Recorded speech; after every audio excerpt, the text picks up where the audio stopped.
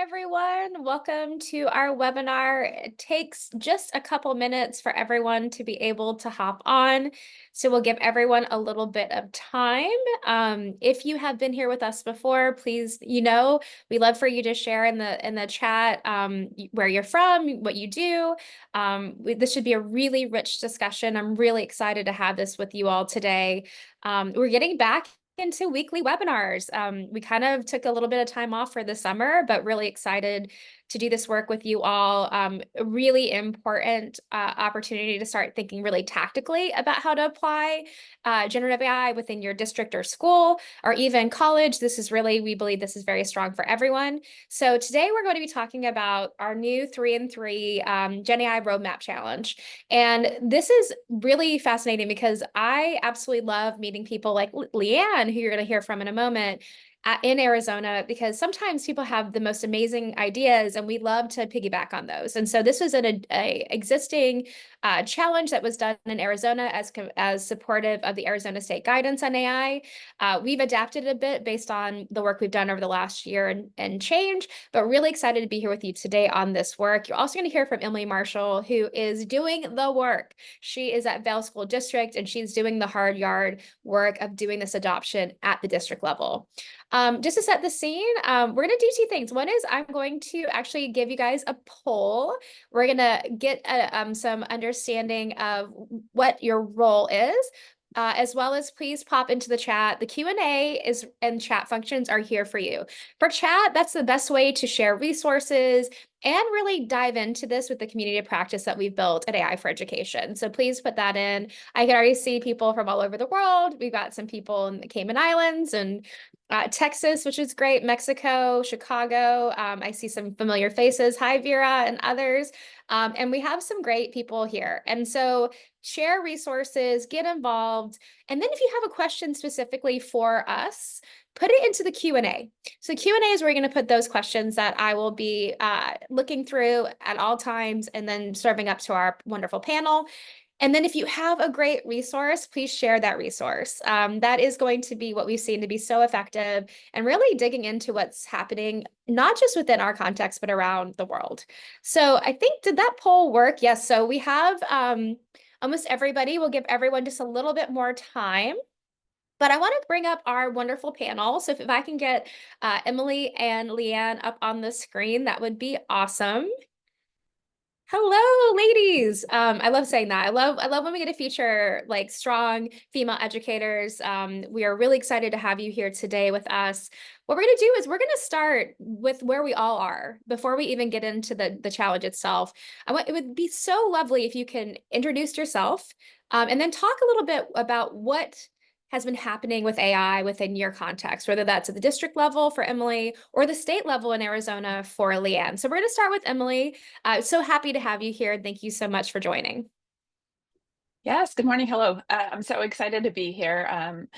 My name is Emily Marshall. I work in the Vail School District, which is the southeast of Tucson. We're about 15,000 kids, about 800 educators. And so it's been a really interesting ride. I think when, ChatGPT first came out and AI really burst onto the scene, everyone knew it was important and we're trying to figure it out. But there were so many, experts, but not people that were experts with AI, and also all of the challenges that public school districts face today. And so really trying to figure out, how do we do this? Not just the importance of AI, but also marrying that with the challenges happening in public school districts. So I've really been working to forge relationships with other people in Arizona, people like Dr. Lindsay, and just anyone I can talk to help figure out, how do we solve this and how do we make progress on it? Although each district's context is so different, I constantly learn and I steal things that I can take back to my district. So really that's been like my experience so far, trying to figure out how to make progress with all of the challenges and all the like pieces of the puzzle to AI in education. That's really interesting. And we've kind of did that too, Emily. Like we kind of, stole things from Arizona in terms of the challenge itself. So I think that this opportunity of actually diving in and seeing how others are approaching it has such value right now, because we're all learning together and we're all experimenting together, because there isn't a right answer, right? There's just Right. the evidence-based best thing that we can do within the context of our organization. So really appreciate having you here.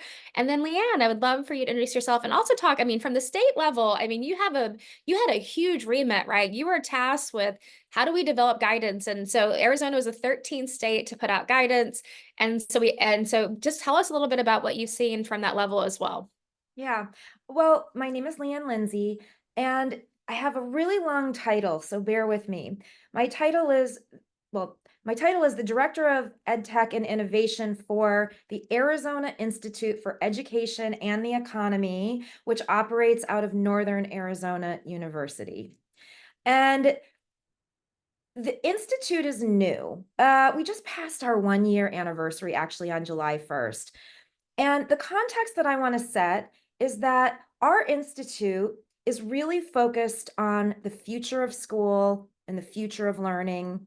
So all the things that we all in this webinar have probably been talking about for years and years and years, how do we actually move that forward? Because we have been stuck. We've been talking about it, but like not a lot of action has taken place to move us forward. So when the Institute launched, our executive director, Chad Geston, he did a statewide tour with business and industry superintendents. He is a former superintendent himself, higher education, and the community. And he came back to me and he said, you know, Leanne, I never thought this would be the case. I never imagined it in a million years. But the one thing that I keep hearing from every single superintendent that I talk to is, what the heck do I do about AI in education? How do I lead in this space? Because I'm lost. I don't know what decisions to make. I don't know what to do. And so he says, we have to do something. And at the same time, it was about this time that, you know, states started putting, I mean, the US Department had already put out the guide, and states were starting to put out guidance. Arizona was not. And so because he was so boots on the ground with the superintendents, with education leaders who were clearly articulating, we need help, we need someone to point us in the right direction. Arizona, like I said, didn't have plans to publish guidance. We took that on, and we were the 13th state to do that. We were really proud of it. We engaged so many people around the state in creating it, and we released it on May 13th.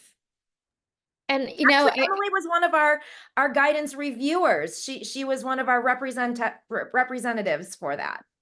which is amazing. And I think what's really fascinating is that, like, again, this is uniting us. Like, very rarely are we united in education on anything.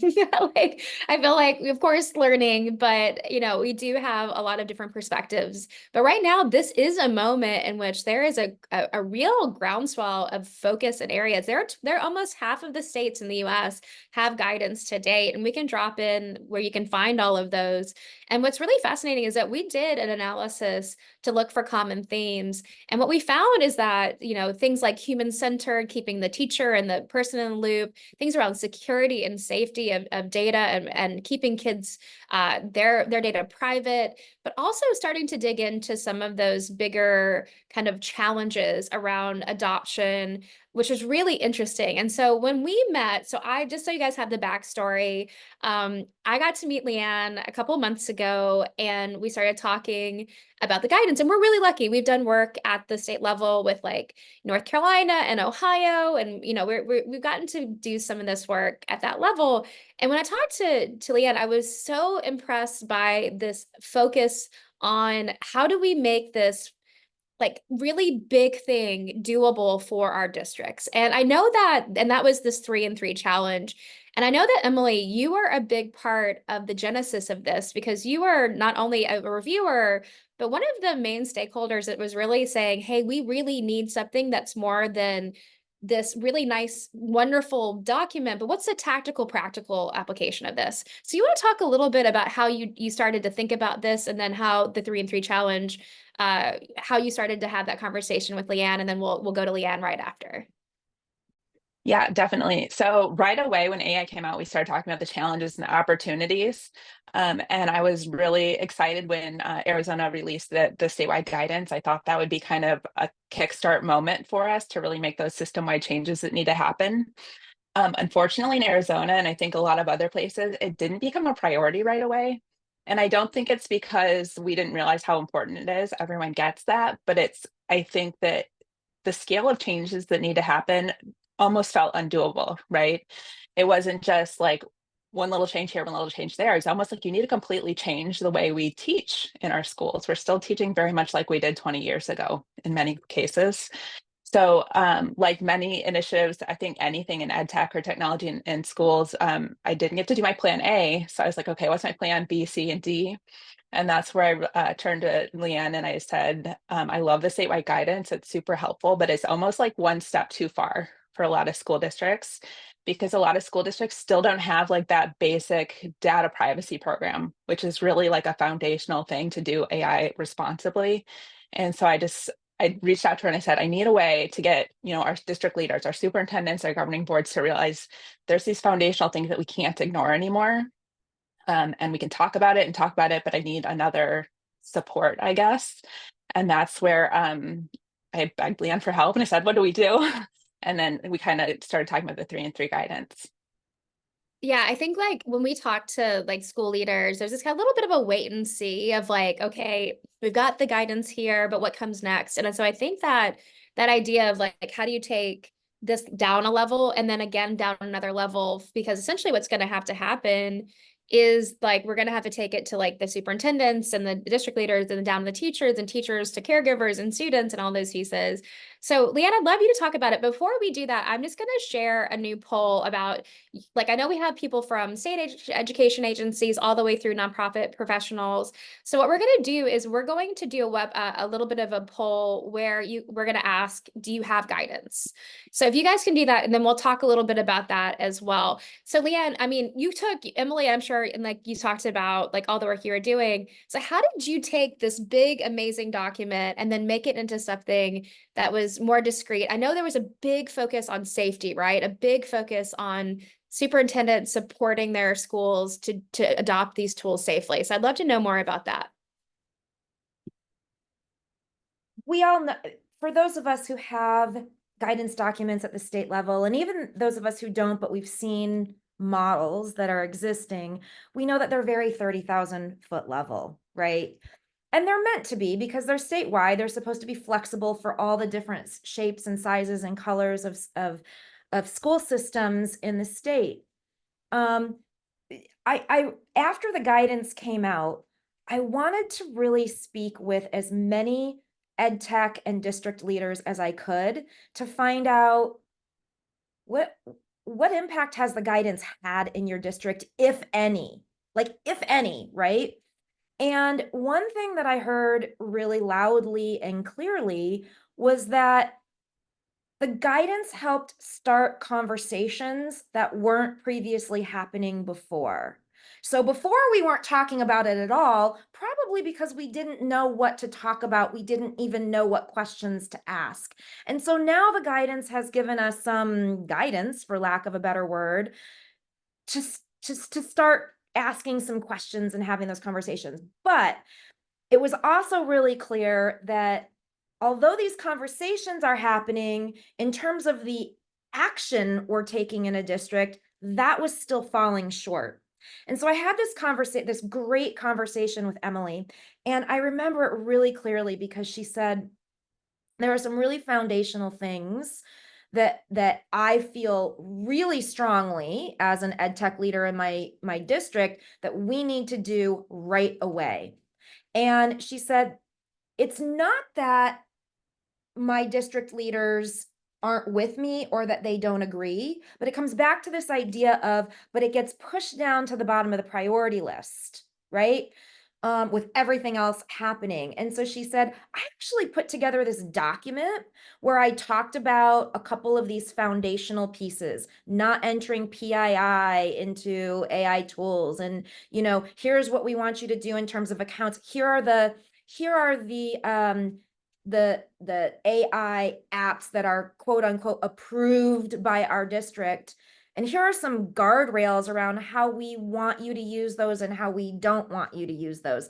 And she's like, this thing has been like approved by a number of people, but it still hasn't gone out for public consumption within our school district. And I really need some help to make this higher up on the priority list. So we began talking, and from the state level, I just began wondering, like, what if we were able to challenge school systems, superintendents, our school boards, and say, like, really condense it down. There are 3 things, if you do nothing else right now, these 3 things are must-dos quickly, because if you don't do them, things are going to get away from you, because the AI train is moving. And if you don't clarify what apps we're going to use or how we want, data privacy guardrails, if we don't communicate those things loudly and clearly to teachers and parents and students, they're going to run away with it. And you might actually end up on Live at 5 in a way that you really don't want to. So my boss, he comes from the perspective of a superintendent. And so he's been talking around the state about this challenge. We came up with the 3 AI must-dos to complete in the first 3 months of the school year. We put it out over the summer. And as he's been talking to other superintendents, he's been hitting on that Live at 5. Like, you don't want to end up like this. These are problems that can be avoided. You should be avoiding them. And we're going to give you 3 very practical things that must take place to keep your district on the right path for responsible implementation. Yeah, this is great. So we're just gonna like roll through it just a bit, and Dan will drop the link into the channel. He already did it. And so I think a couple things to come out. I think one is that, especially from a state approach, you guys are really focused on protecting, right, the districts that you work with and making sure, like you said, the Live in 5. If you're from Ghana or Bhutan, like that's going to be your nightly news. And so, like, the idea that we're protecting, of course, the students and the teachers, but also the schools themselves. And so what I thought was really interesting is that this idea of being able to clearly communicate which tools to use or not use, especially since we are finding, Leanne and Emily, so much that people do not know that the only chatbot, the foundation chatbot that's available under 17 is ChatGPT, and even that with parental permission. And so because Google Classroom is so popular, like people think Google Gemini at this stage is available to younger students, and it's not.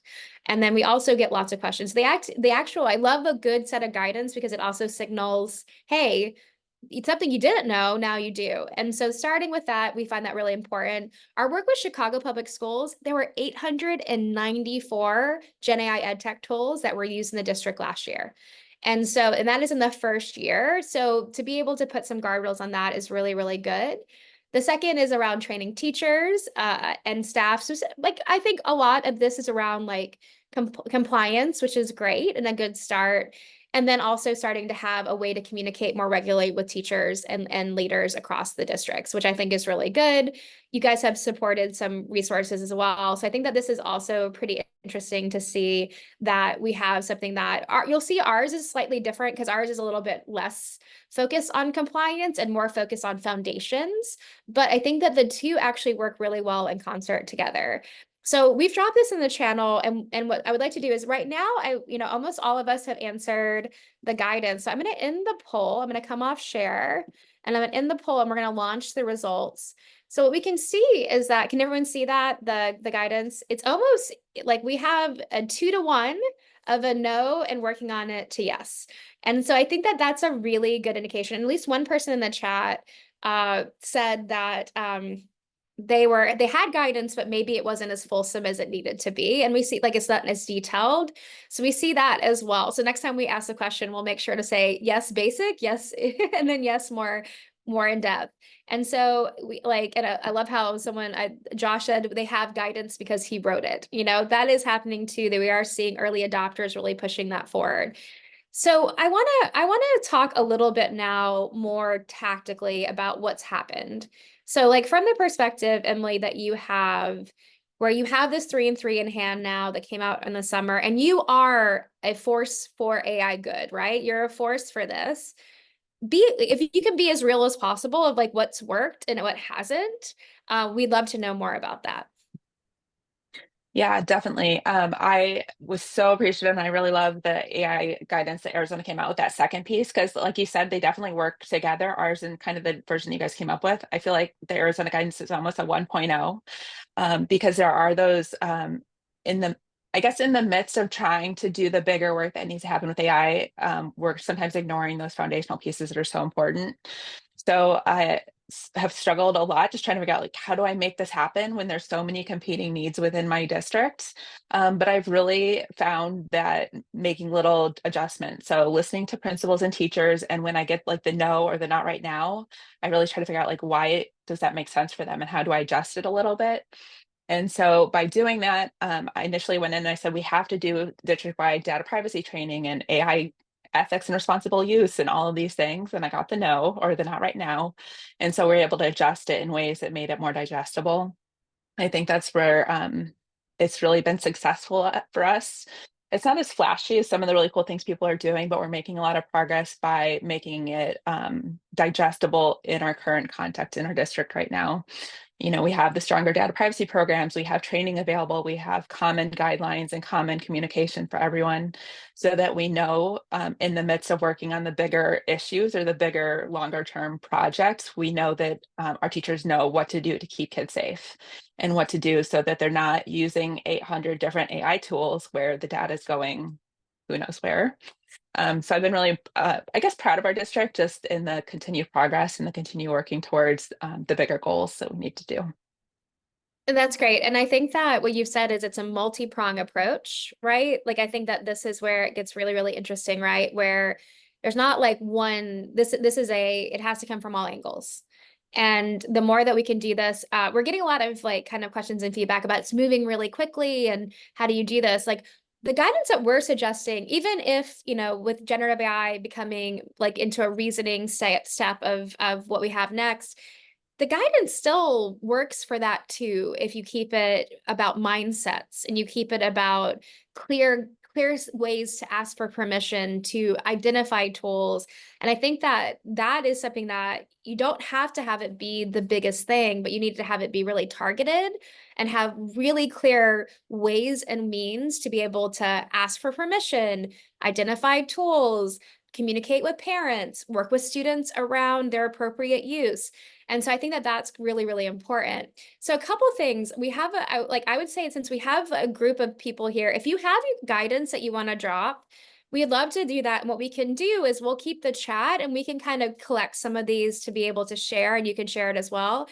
And then if Dan, you can also share some of the pieces of guidance that we have as well. We have a couple of like guides to building guidance. That would be great. But let's use this as a community of practice and let's collect all these great examples. But so Leanne, you have a different, like Emily's in the work, right? You're in the work, Emily, in a different way than Leanne you are. So I'm sure you've seen like really high success cases and then ones that have been a little bit more challenging, or maybe even people or districts that weren't ready for the 3 and 3 challenge yet. I'd love you to talk a little bit about what you've seen happen once this has gone live this summer. I have so many thoughts. I'm trying to organize them in my head. From the statewide well, let me back up. I want to just clarify too that I come from a background of teaching and learning and using ed tech to transform what we do in the classroom to more student-centered principles, and I see AI as a really great tool to help us make some shifts. So even though our 3 and 3 challenge really sits in this place of a little bit more of the guardrails, the ultimate goal is really to transform teaching and learning. I think what I've heard as a real success, and Emily is an example of this, but I've also heard it echoed in other school districts, is that they can get buy-in from district leadership because of the focus on guardrails, but because Emily has a focus on teaching and learning and instructional practices, she just back ends that. if that makes sense. So the conversation is like, you know what, we've got to tighten up these data privacy policies and make sure that everybody knows how to move forward with AI in a really safe way. But in the midst of her doing that comes all the pedagogy and all the instructional practices, but it's back-ended in. So that's been one real success that we've heard, how district leaders are taking the challenge and sort of driving their bigger agenda, more so than just data privacy, so to speak. From the state level perspective, in terms of what's helped us be successful in getting the challenge out, I would say that we have really focused on the broad audience. So we go everywhere and talk about this to anyone who will listen, but specifically we go to conferences where we know superintendents are going to be. We've gone to ASBO, which is our business office folks. We've presented to the Arizona School Board Association last week. We've presented to the Trust, which is education lawyers. We have presented to families. We actually got a couple of more than one spot on our local news station to present the challenge.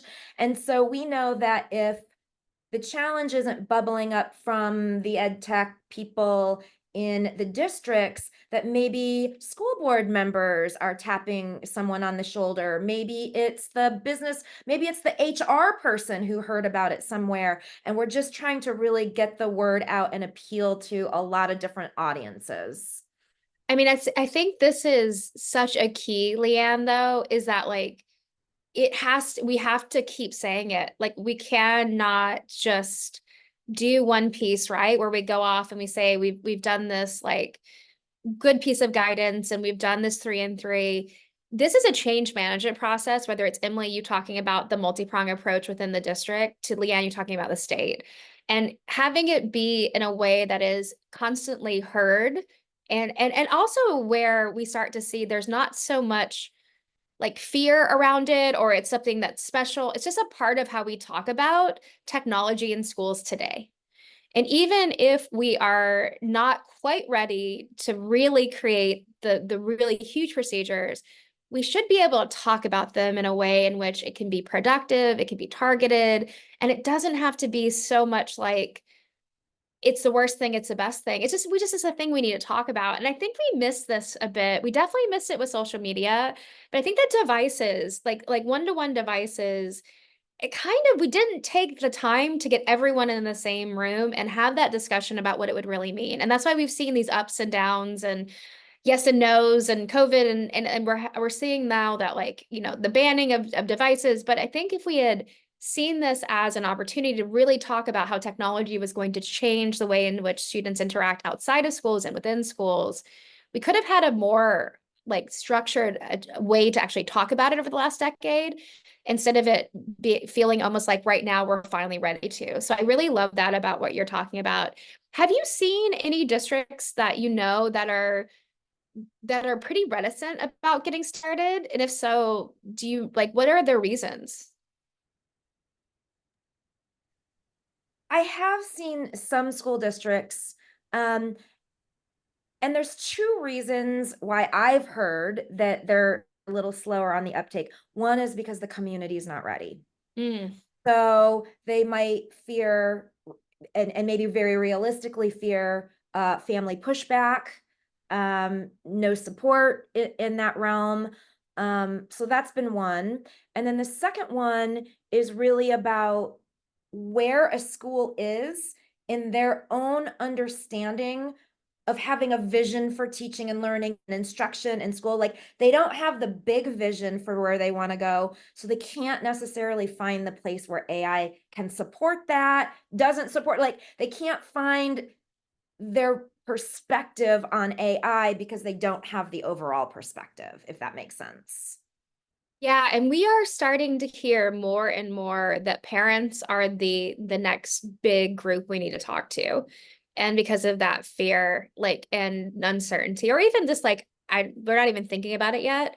I just want to kind of talk a little bit before we move on to like what we can do together, whether you're at a district, a school, even an ed tech itself. is that one of the things we have a question here about the idea of that people feel like it will take over. We did one of the things in our 3 and 3 is gather evidence. So our 3 and 3 is a little bit different. Again, it's about the foundations, and we'll share that at the end of this conversation. But the first thing we talk about is gather data. And so we have a very, very simple 5-question survey that we like our districts to do. And it asks one question: what is your biggest fear? And what is your biggest opportunity? And we asked students and teachers that. So this district last week asked their students and teachers, and the students said their #1 fear about AI was ethical considerations. They were afraid about the ethics of these tools. And you would think, okay, so teachers, they must be talking about this too. The #1 concern from the teachers was job security. And ethical considerations was third. It wasn't second, it was third. And so this idea of actually starting to understand what is really driving people in terms of their fears, uncertainty is really important. And what we saw when we did that, to someone else's point in the chat, is that AI literacy development within that staff was so important, because they feel like they're going to be replaced. They're not aware of where we are with the technology, that no generative AI tool is going to replace a teacher anytime soon, especially a teacher that's doing the work in the classroom of like supporting students. So I do think it's quite interesting, because some of it is just, we think we know what's happening and we really don't. And every school and district is going to be different. So to that kind of segue, I'd love, Emily, for you to talk a little bit about what best practices or strategies do you have to start doing this adoption in like within what you've seen. And I would say, like, think of it as the more practitioner and operator of the group, but like, what do you think really needs to happen for the people watching today? You threw a little bit of a wrench, because I was thinking something I wanted to add to what Leanne was saying as far as like why people aren't doing it. Also, kind of my tip for like what I think needs to happen, big picture.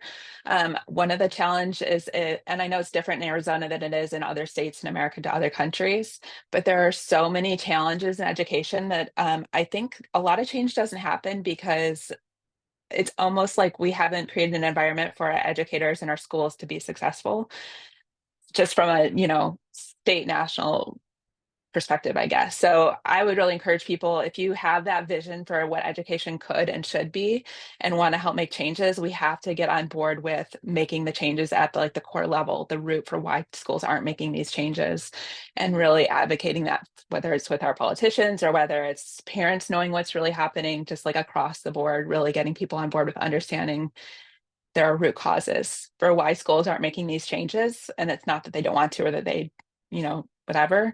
But really, we need to work towards, as a group, making sure schools have a winnable game where we can make these changes and teach the way we need to be teaching in 2024.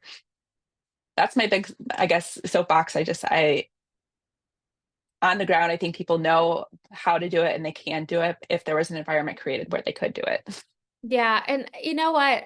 We love a soapbox, Emily, first of all, because I have a lot. I'm going to get a soapbox and I'm just going to carry it around with me. I like to get on it a lot, but it's, I think that it is really important though of finding that space, right? And there's some comments in the chat about like, you need to find the time. Like this will not be optional. Like you might be ignoring AI, but it is not ignoring you. And it's definitely not ignoring your young people, right? Like it's just not. Like the younger you are, the more this will impact you. So what you just said of like creating that space and finding that way has to be one of our biggest priorities. And we just don't have another option. Like it's just not another Right. option. And it's hard when we come in, because, and I'm sure, Leanne, you see this too, like schools and districts have so many things that are competing priorities. Like I was in a school district we do a lot of work with, where there was a protest about something that had happened in the school, and the high school leaders had to leave. Like we get it's complex, but then where do we create these spaces in which we really can start to do this work by prioritizing it and having to reprioritize other things? And that's a hard thing to ask, but I think you just said how important it is. Yeah. And the one other thing I'd add to tie back to something you said earlier is it's about the why. I talked for years and years about ed tech, and I realized embarrassingly not that long ago that when I talk about ed tech, I'm picturing this different future or vision for kids and where they should be. And other people were picturing typing an assignment on Google Docs instead of writing it on a piece of paper. And so it's really getting people to understand like what does this mean in reality? What could it mean for kids? Because then people buy in much more quickly because they see, oh, this is where we need to go. It's not replacing paper with typing on a computer. It's like these like really visionary changes that we need to make for kids. Yeah, and we talk about learning about and then learning with. And what we see is when we do a really strong PD with our teachers and leaders, we don't ever say explicitly, now think about this for your students, because not everyone's ready to do that at the beginning, but then it happens automatically. Because as soon as an educator or leader finds value in themselves, it is our nature to find value for the people around us and the people that we work with every day and our students. And we see that natural transition happen because that's why we do what we do. We are educators because we want to do better by our students. And if we can figure out a way to do that for ourselves, it's a natural step forward to like, what does this mean for our students? So Leanne, you're coming from a more global context, and you got some state people here, definitely got some district, you've got some international folks as well. Like, what do you think are the keys to next steps? Well, I want to back up just a little bit and respond a little bit to what both of you are saying, especially about the job replacement. One of the key audiences that I didn't say previously that we've also been speaking to a lot to is philanthropy. So, about 2 weeks ago, I presented like a 2-hour session, and this was a follow-up to another 2-hour session with the board of directors and then the whole staff of a big philanthropic organization, and about AI and about AI in education. And what I led with was the hill I will absolutely die on is that we as humans have to drive the use of AI rather than the opposite. I will die on that hill. And so I think that as I was talking and people had this idea in their mind, it was kind of a thread throughout the presentation. And that really, I was trying to speak to, job replacement. Like, it is ultimately up to us as a society to drive this forward momentum. We can't just leave it to chance, because we've seen that happen in the past and things can go sideways. And the benefits that I've seen to educating philanthropists, and coming from this perspective of the Institute, where we're really talking about changing and transforming school altogether, is we can marry those two messages really beautifully. And we have to, because this really isn't about AI. It's about changing the school and learning experience, and how AI can play a role in that. And then the guidance and what we continue to emphasize when we speak to everyone is what you said in the beginning, Amanda, which is the humans in the loop, right? So it's not about AI taking the job of, but I always ask the question, like, how does AI or any ed tech tool create more space for human relationships? How does AI actually create more to be more human? And that's a key question that we continue to ask. So in terms of next steps, I really think it is, like, I always say this, I'm like, AI and education in general, plug in the term that you use at the beginning of the sentence, has a marketing problem. And I think that if there are leaders in your state or at your district level who can really address the marketing problem, and really get out the messages and drive the narrative of where we want school and learning to go, where we want our students to be successful, what it's going to take to get there, how AI can play a role in that, and back up like, okay, now that y'all are on board, what are the first steps? And here's some really tangible things, whether it's our 3-in-3 version of the challenge or your 3-in-3 version. Like, let's back up, because now you're on board. Let's talk about some really tangible ways to get started with that. And I think the idea of like the marketing problem is real. I also think that the tools being created have a marketing problem as well. I think we are talking too much about productivity and efficiency. And that's really, I don't think, the ultimate goal of these tools. And we've seen it throughout the chat and everything. We talk about not reinforcing existing practice, but augmenting and extending. So like if you're going to save an hour doing something, put about 10 minutes back in to make it more fit for purpose for your context and your students. Like do that extra work because it would have taken you longer anyway. But then also, what does that mean when you aren't as stressed or you have so many competing priorities over time? Like how do you filter that back to the high value, high reward work that is going to be in the sphere that only you can provide?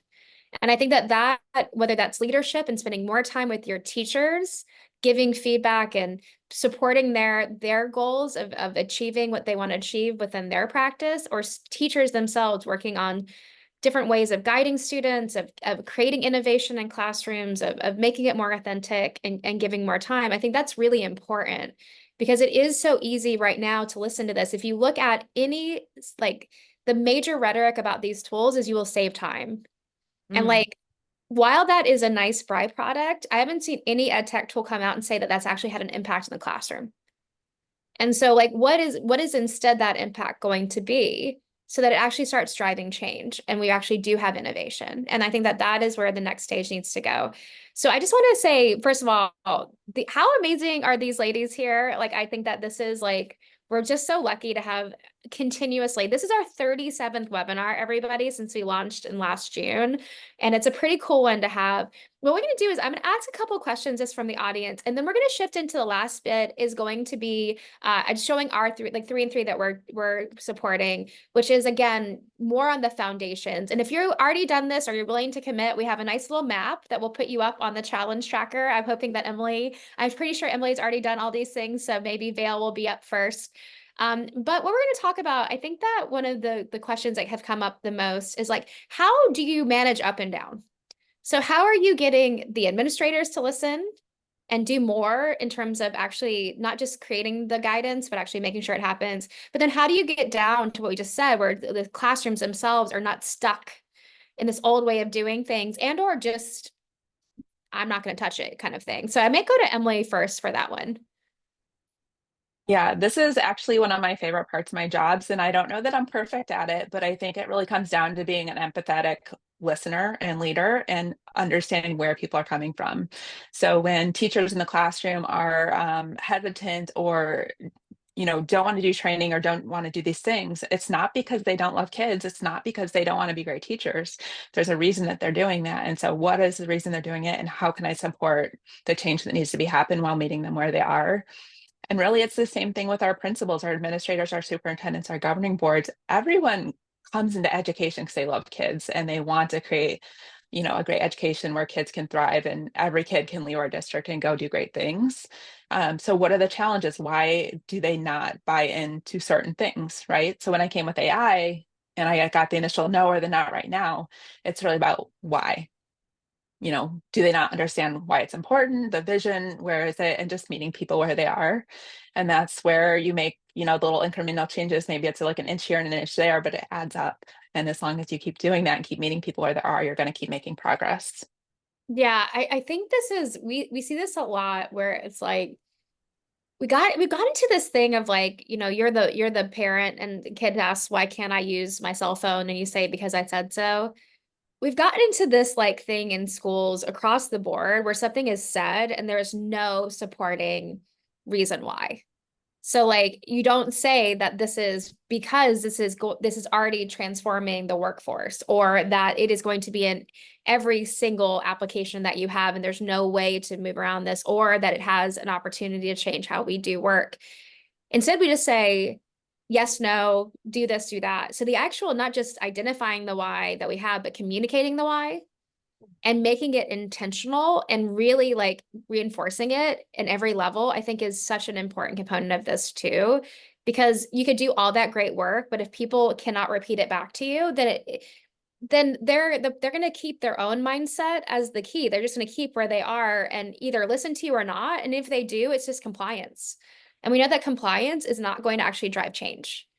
And so that, I think that's really interesting. So I'll go, we have so many good questions, but we're going to have to start moving. But I'm going to ask you, Leanne, about what you think is actually the way in which you're going to manage up and down. It's really interesting. The Institute just convened 60 leaders across Arizona, business and industry, K-12, higher education in Flagstaff a couple of weekends ago, left, right, rural, urban, convened a very diverse group of people. And what we found at the end of the day was that even though we came from all different perspectives, we had a very similar outlook on what kids need, what we want school to look like, where school today is currently falling short. And Right. so I think that, so many times in education, I'm going to go back to the marketing problem, is that even the school districts who are afraid, and maybe reasonably so, that there's going to be pushback from the community, a lot of times we just have more commonalities than we do differences, but we need to educate and be talking about it. And to Emily's point, be really listening to what those specific fears are. We can talk about, and I feel that we will end up, by doing that, realizing that our common agenda is in fact common. And I think that's the best place to start. Yes. Oh my gosh. Love that so much. And we just believe that is so important. And so it's really fascinating because first of all, we are so lucky not only to have this panel, but also all of you in the community. We're here. I mean, there are over 30 countries represented from all over the education ecosystem, and you guys are dropping such knowledge to each other, and I really appreciate that. But I do think this is something that can bring us together. And I think that that is the real opportunity here. And I think that Emily and Leanne, you have embodied that in meaningful ways, but you've also connected it truly to change.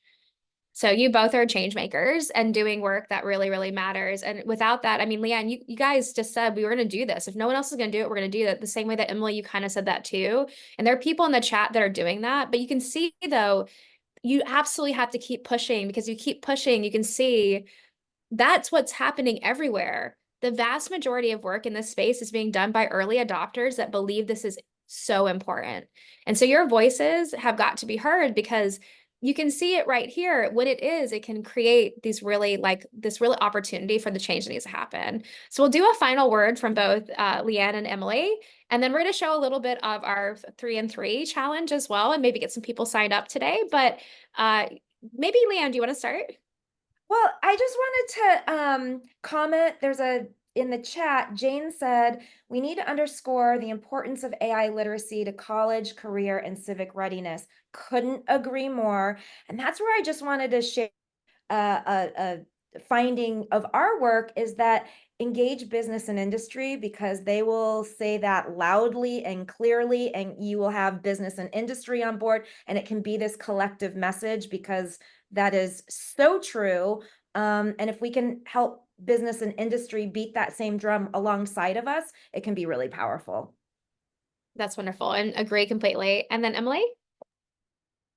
Yeah, I would just add to remember the power of community. I always tell people I'm like the consummate introvert, but the Arizona community within education and technology has been like my lifesaver. And Dr. Lindsay is part of that, but just the community within this group that's here in the call today, and your own states and school districts, finding anyone and everyone that believes the way you do and has the same vision you do, and latching on and working together, because it's so much easier to make that change. Absolutely. And we love it for both of that. So I just want to say thank you so much to our panel. I would definitely say like Emily and Leanne, if you want to kind of stay and maybe answer some questions like in the chat, it's been really rich. And then what I'm just going to do is that, you guys know us very well, AI for Education. We love to try to create really kind of practical and tactical ways to do this work. So I'm going to share, I will say that this is going to be improved over the next couple of days, just because small group, everyone thinks we're like 9 million people, but we have 3/4 of the team on this call right now with Mandy and Dan. So little but mighty, but I do want to share what our approach is. And this is going to be based on the work that we've done now with over 100 districts and partners. And what you'll notice is it's going to be a little bit different, because we are focusing really on the foundations. And one of the reasons we are is because we want this to be for everyone. And we know that not everyone is ready to talk about the truly, truly tactical components. But the first thing that we suggest, and this is where the new resource that we're creating is going to go, is to gather evidence. We just need to know what's happening within your use case. There is so much noise, And you will be absolutely surprised by what is really happening, what students are using, what teachers are using, what their fears and their hopes are. But also, this is such a great way to build consensus. Because what will happen is if teachers say kids don't care about cheating, then all kids say we care about cheating. That nonsense is gone. Like that is like now we can say, well, you guys, 80% of you said this was an issue. Let's have that conversation and work together to create academic integrity policies that work for us. There are ways you could do that. It could survey, it could be focus groups, or even a town hall. We found that, especially if you want to get involved other people within the community. And what you're going to notice throughout all of this is that we are talking about a full school community. A lot of the districts we have worked with kind of stop with teachers and leaders, and they're not including students or caregivers or even the wider school community, where you have maybe some technologists and other people that are working on this work at industry level. The second thing that we have seen be the most effective, and Emily, I think you might have this, is a cross-functional working group. That could be a task force, a collaborative, a council. We suggest this is such a great place because you already have early adopters, but we don't want just your early adopters. We want your ELA specialist that's a little bit concerned but willing to listen. We want your media specialist that's been doing media literacy for decades. And this is another form of media literacy, AI literacy. We wanted to have some students on it. Board members, we've had such great conversation with board members. I know that sounds crazy if you're like, oh, that could be hard, but it's been so good. Special education, caregivers, all of that can be included. And what we suggest though, if you're going to do this, is don't assume any level of like knowledge about this moment in time. It's moving very quickly and there are a lot of misconceptions. So we suggest always starting with PD to get everybody on the same page so that then they are really fully ready to start developing goals. And what we suggest to what both Leanne and Emily have said, I'll use Emily's word, what is your why?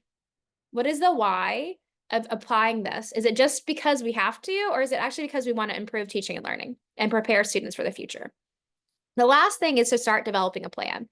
And we suggest that that plan is going to not only focus on the guidance that already exists, but also what you're really thinking about with your district in terms of your mission and vision.